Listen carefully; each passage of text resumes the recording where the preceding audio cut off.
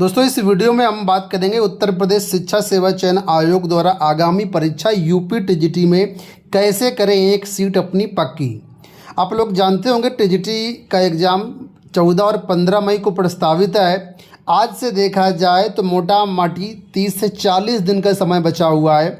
वहीं पर PGT exam की बात करें तो वो जून में प्रस्तावित और पीजीटी एग्ज़ाम के लिए अभी लगभग 2 महीने का समय शेष है। तो जो आपके अंतिम 30 दिन होते हैं उसमें किस तरीके से अपनी स्ट्रेटजी बनाएं जिससे आपका चयन सुनिश्चित हो और आपकी एक सीट पक्की हो।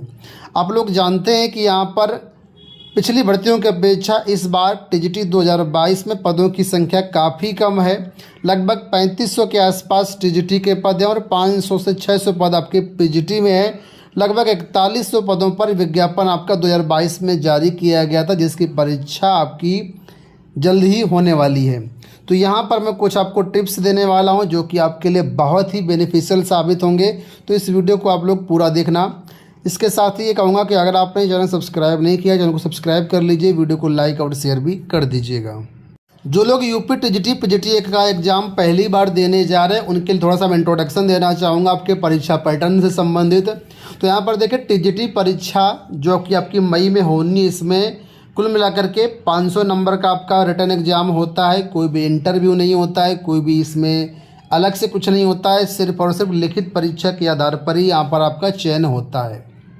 तो इस 500 नंबर के पेपर में आपके पास 125 क्वेश्चन आएंगे, यानी एक क्वेश्चन आपका होगा 4 नंबर का। ठीक है, इस परीक्षा में कोई भी आपकी नेगेटिव मार्किंग नहीं होती है, यानी आप थोड़ा बहुत तुक्का भी लगा सकते हैं। सारे के सारे मल्टीपल चॉइस क्वेश्चन यहाँ पर होंगे और समय आपको 2 घंटे का रहेगा, यानी 120 मिनट में आपको 125 क्वेश्चन सॉल्व करने हैं, यानी कि एक प्रश्न के लिए 1 मिनट से भी कम समय मिलेगा।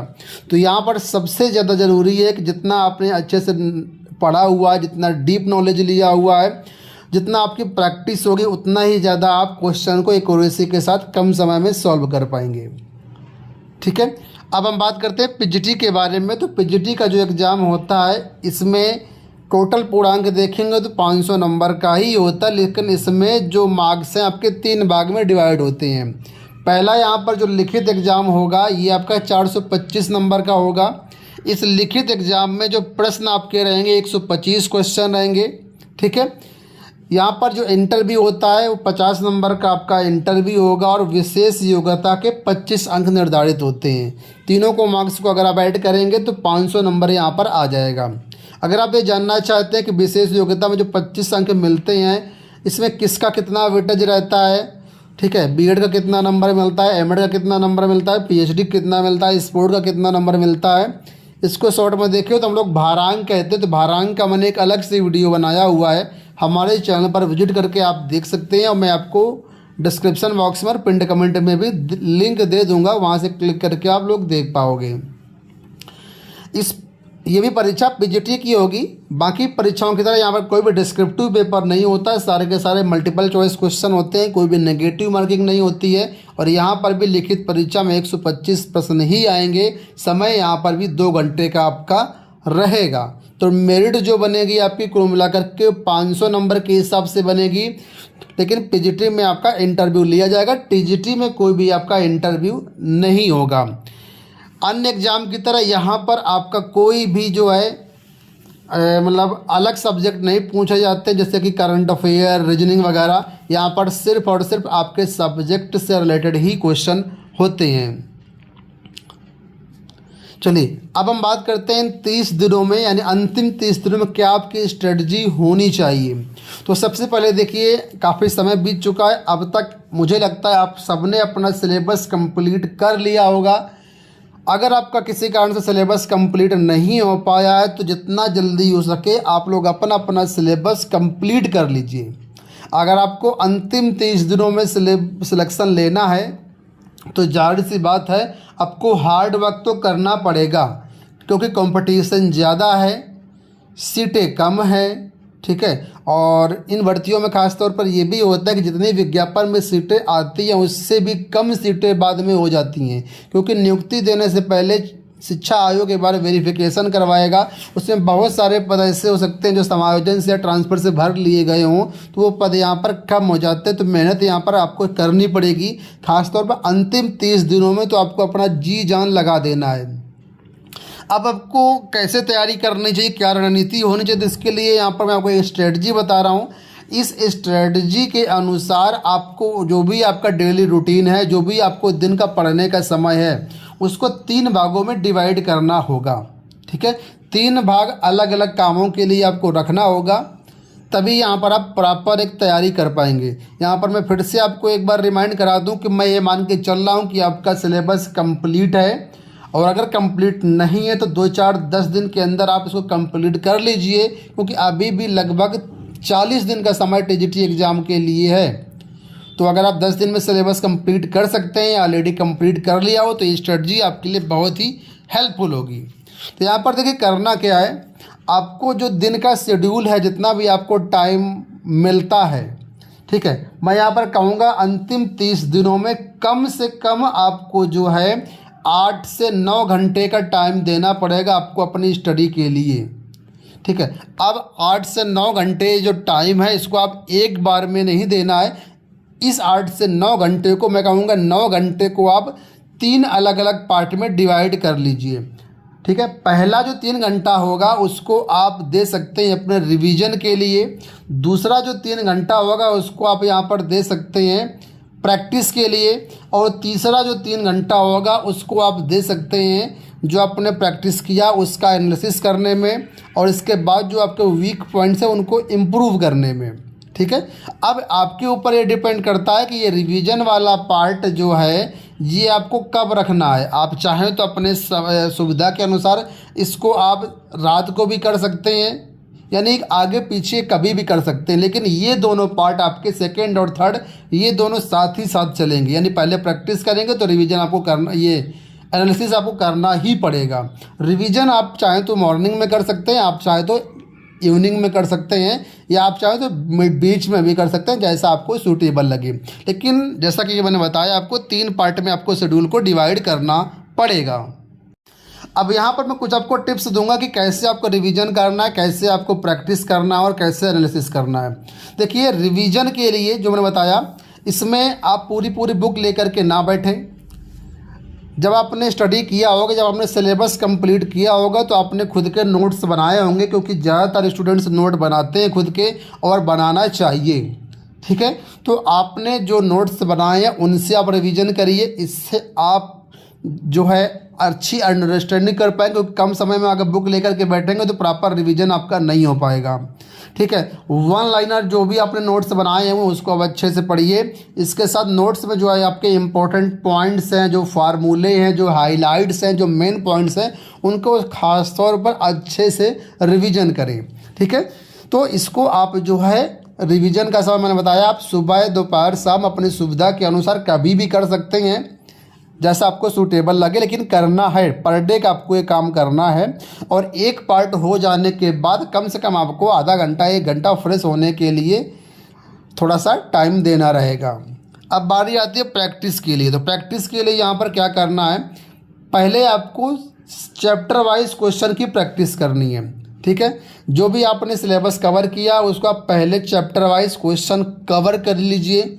ठीक है, जब चैप्टर वाइज क्वेश्चन आपके अच्छे से प्रिपेयर हो जाएंगे तो उसके साथ आप जो प्रीवियस ईयर क्वेश्चंस हैं, ठीक है, उनको आप पढ़िए कि किस तरीके से बोर्ड ने क्वेश्चन पूछा है पिछले सालों में। हालांकि शिक्षा सेवा चयन आयोग पहली बार परीक्षा कराना जा रहा है, तो इसके पेपर्स तो नहीं मिलेंगे, लेकिन टीजीटी पीजीटी के पेपर्स तो अवेलेबल हैं ही, तो आप उनको ले सकते हैं। ठीक है, इसकी अलग अलग बुक्स आती हैं और test series, online test series भी आती हैं। आप सुविधा के अनुसार कुछ भी ले सकते हैं। मॉक टेस्ट की बुक ले सकते हैं, और इसके साथ ऑल इंडिया टीचिंग एग्जाम्स की भी आप बुक आती है, तो उनको भी आप ले सकते हैं। तो प्रैक्टिस के लिए ये सब कुछ करना पड़ेगा, केवल चैप्टर वाइज सॉल्व करने से या PYQ सॉल्व करने से कुछ नहीं होगा।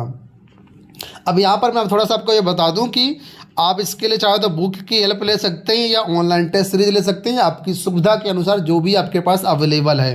लेकिन इतना ज़रूर कहूँगा कि अगर आप ऑनलाइन प्रैक्टिस करते हैं, ऑनलाइन PYQ सॉल्व करते हैं, ऑल इंडिया टीचिंग एग्जाम्स के क्वेश्चन सॉल्व करते हो, तो यहाँ पर बेनिफिट आपको मिलेगा एनालिसिस करने में। क्योंकि अगर आप बुक से कोई क्वेश्चन सॉल्व करते हैं तो फिर आपको इसका जो एनालिसिस करना है, यानी कि कितने क्वेश्चन सही हुए कितने क्वेश्चन गलत हुए, इसका एनालिसिस करने में काफ़ी समय निकल जाएगा। लेकिन अगर आप ऑनलाइन जो है टेस्ट सीरीज लेंगे तो जैसे आप सबमिट करेंगे तुरंत का तुरंत यहाँ पर सारा एनालिसिस होकर के आ जाएगा कि कितने क्वेश्चन सही हैं कितने क्वेश्चन गलत हैं। उसमें आपको मैन्युअली कुछ भी नहीं करना पड़ता है। इससे काफ़ी समय आपका बच जाएगा प्रैक्टिस के लिए और अपने इस खाली समय को यूटिलाइज कर पाओगे ज़्यादा से ज़्यादा क्वेश्चन को सॉल्व करने में।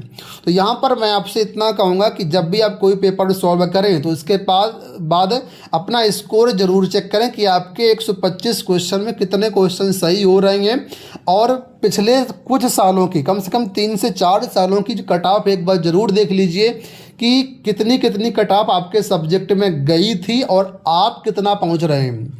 मान लीजिए किसी सब्जेक्ट की कट ऑफ आपकी कैटेगरी में अगर 90 नंबर गई थी तो आप क्या 90 को क्रॉस कर पा रहे हैं या नहीं कर पा रहे हैं। ध्यान रखना प्रैक्टिस में कम से कम आप कट ऑफ को क्रॉस करें ही करें, इसके साथ ही कट ऑफ के ऊपर काफ़ी अच्छा मार्जिन हो। ठीक है, यानी कि अगर 90 कट ऑफ गई है तो यहाँ पर कम से कम 100 क्वेश्चन का आप मार्जिन लेकर 100 क्वेश्चन आपके सही होने चाहिए। इतना मार्जिन लेके चलो, कम से कम 10 क्वेश्चन का मार्जिन लेके चलो, क्योंकि अभी भले क्वेश्चन आपके ज़्यादा हो रहा है लेकिन जब रिटर्न एग्जाम आप देंगे, रियल वे का एग्जाम देंगे तो वहाँ पर क्वेश्चन आपके कम निकलेंगे। तो ऑनलाइन टेस्ट सीरीज आपके लिए काफ़ी हेल्प कर सकती है। अब ऑनलाइन टेस्ट सीरीज कहाँ मिलेगी, तो इसके लिए हमारे 2 एप्लीकेशन है। पहला एप्लीकेशन आपके सामने है, देखिए AB tech online test series, ये हमारा एप्लीकेशन है। लिंक वीडियो के डिस्क्रिप्शन बॉक्स में दिया गया। जैसे गूगल प्ले स्टोर से आप डाउनलोड करेंगे, टीचिंग के सेक्शन में जाएंगे तो यहाँ पर यूपीएससी, एसएसबी, टीजीटी और पीजीटी इसकी ये टेस्ट सीरीज यहाँ पर अवेलेबल है, इनको आप देख सकते हैं।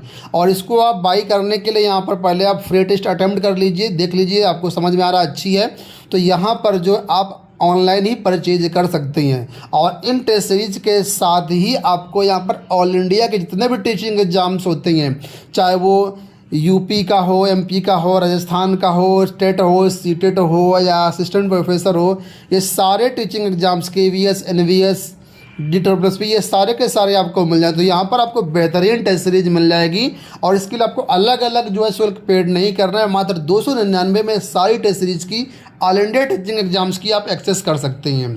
ठीक है, इसके साथ ही मैं आपसे ये कहूँगा कि एक हमारा दूसरा एप्लीकेशन है exam preparation by AB tech. यहाँ पर आपको ये कोर्स मिलेगा UP TGT 2022 exam test series का। इसमें सारी की सारी टेस्ट सीरीज है और टीजीटी के सभी विषयों की टेस्ट सीरीज है। जैसे आप स्टोर में जाएंगे, इस कोर्स पे क्लिक करेंगे तो यहाँ पर देखिए social science, maths, Hindi, biology, art, English, इसके साथ ही यहाँ पर देखेंगे तो science, home science, commerce, Sanskrit, physical education, ये सारी की सारी टेस्ट सीरीज अवेलेबल है। ठीक है, तो इसमें भी आप फ्री में डेमो ले सकते हो, इसके बाद इसको भी आप परचेज कर सकते हैं। अगर आप टीजीटी साइंस का कोर्स देख रहे हो, अगर आपकी साइंस का वीडियो कोर्स चाहिए तो यहाँ पर हमारे यहाँ कंप्लीट कोर्स भी अवेलेबल है। यहाँ पर देखिए ये हमारा कोर्स है टीजीटी साइंस का, इसमें कंप्लीट फिजिक्स केमिस्ट्री का सिलेबस मिल जाएगा, PYQ मिल जाएंगे, चैप्टर वाइज क्वेश्चंस मिल जाएंगे, ये सारा कुछ अवेलेबल है। लेकिन अगर आप ये वाला कोर्स लेते हैं जो कि यहाँ पर राइट साइड में दिया गया है, तो इस कोर्स के साथ आपको